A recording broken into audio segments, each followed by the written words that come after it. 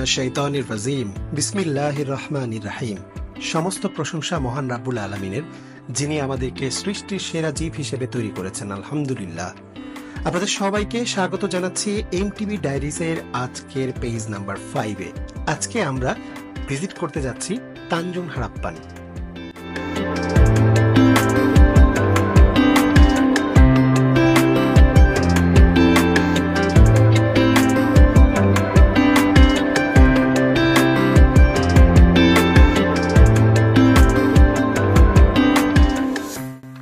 মালয়েশিয়ার সেলাঙ্গট ডিস্ট্রিক্টে ক্লাং যে জায়গাটি আছে, ক্লাংয়েই আমাদের আজকের যে গন্তব্য তানজুং হারাপ্পান, সেই জায়গাটি অবস্থিত।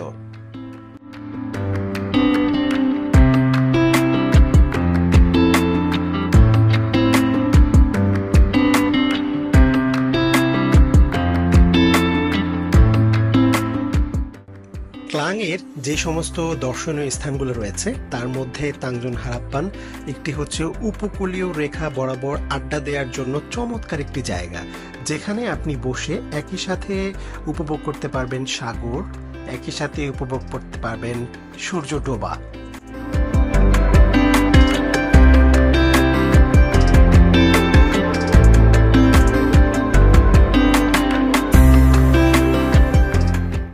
থেকে 3 কিলোমিটার বিস্তৃত সমুদ্র তীরবর্তী একটি প্রমোদ জায়গা, যেখানে আপনি বসে সামুদ্রিক বাতাস উপভোগ করতে পারবেন এই তানজুং হারাপ্পানে।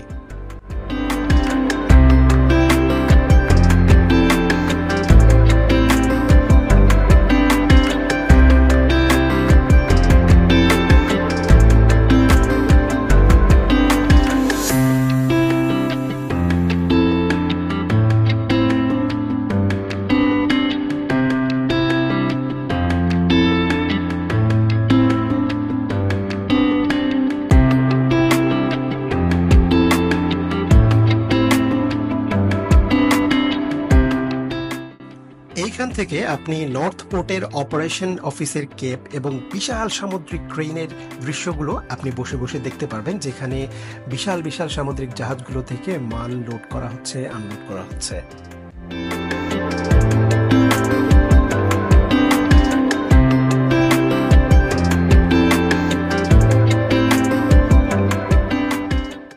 মূল রাস্তার পাশে প্রচুর পরিমাণ পার্কিং এর স্পট রয়েছে এবং যার ঠিক পাশেই প্রশস্ত ওয়াকওয়েতে প্যাভিলিয়ন এবং উঁচু গেজবের ব্যবস্থা রয়েছে, যেখান থেকে আপনি বসে সরাসরি সমুদ্র দেখতে পারবেন এবং সমুদ্রের যে শীতল বাতাস সেটা গায়ে মাখতে পারবেন।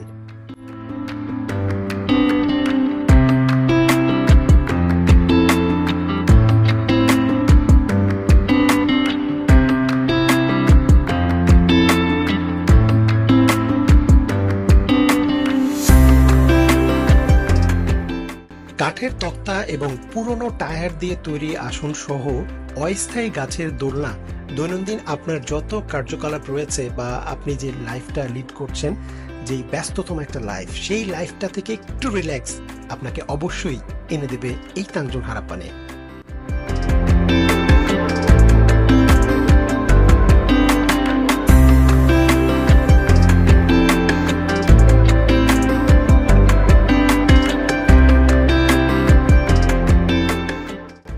বিশাল এই সমুদ্রে নিজের মনের মানুষকে সাথে নিয়ে তার সাথে কিছু খুনসুটি করা, কিছু গল্প করা, কিছু হাসাহাসি, এই জিনিসটা আপনার মধ্যে এমন একটা প্রশান্তি তৈরি করবে। তার সাথে কিন্তু রয়েছে সমুদ্রের গর্জন আর সমুদ্রের শীতল বাতাস, সেই সাথে আপনার প্রিয় মানুষটি আপনার সাথে। বলুন না, কতই না পিচফুল সেই টাইমটা।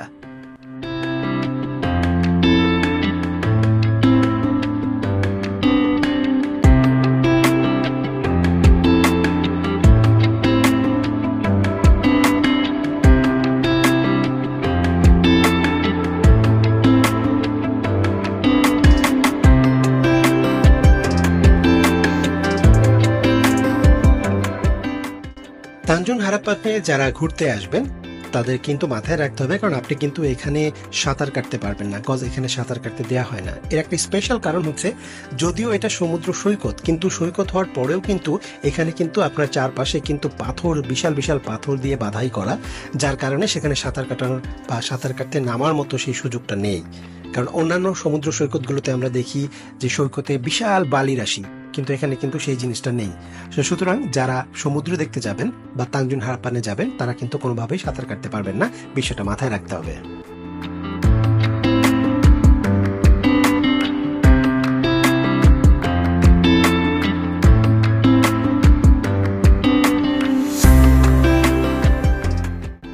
সি ফুড লাভার যারা রয়েছেন তাদের জন্য তানজুং হারাপ্পান হতে পারে একটি স্বর্গরাজ্য, কারণ এখানে আপনি সকল ধরনের সামুদ্রিক ফুডগুলো এখানে যে রেস্তোরাঁগুলো রয়েছে এবং যে ফুড কার্টগুলো রয়েছে ওখান থেকে আপনি নিতে পারবেন, উপভোগ করতে পারবেন।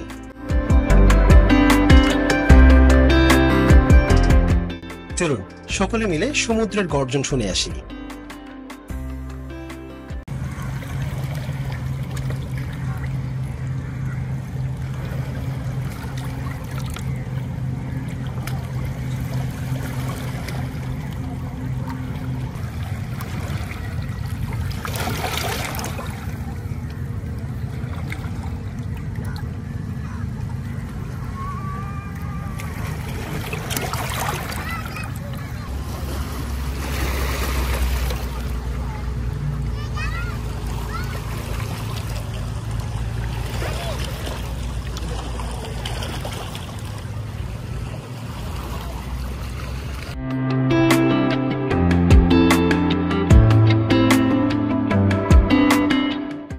আপনি চাইলে তানজুং হারাপ্পানে বসে মাছ ধরতে পারেন, বিকজ এখানে মাছ ধরার জন্য খুব চমৎকার ব্যবস্থা রয়েছে এবং আমি দেখেছি অনেকেই সমুদ্রের পাড়ে বসে একসাথে ফ্যামিলি সবাই মিলে মাছ ধরছে বড়শি দিয়ে।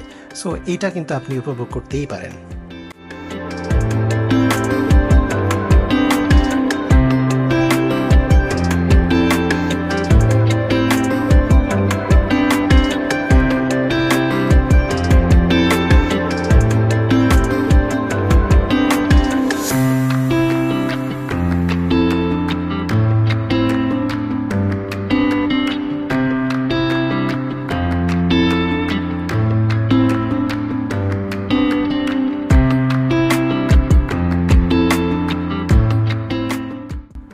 বিকেল থেকে ধীরে ধীরে সন্ধ্যা গড়িয়ে আসছে, সূর্য অস্ত যাচ্ছে, সেটা খুবই উপভোগ্য এবং আস্তে আস্তে সেই সূর্যটা ডুবে যাওয়ার সাথে সাথেই চারিদিকে অন্ধকার হয়ে আসছে।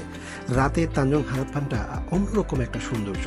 এখান থেকে পোর্টের যে মালামাল ওঠানামা হচ্ছে, কন্টেনারগুলোকে লোড আনলোড করা হচ্ছে, এই দৃশ্যটা দেখতে অসাধারণ লাগে। সেই সাথে আজকে সবার মাঝখান থেকে বিদায় নিচ্ছি, খুব শীঘ্রই ফিরছি এমটিভি ডায়েরিসের নতুন কোনো পাতায়। সবাই ভালো থাকবেন, সুস্থ থাকবেন। আসসালামু আলাইকুম।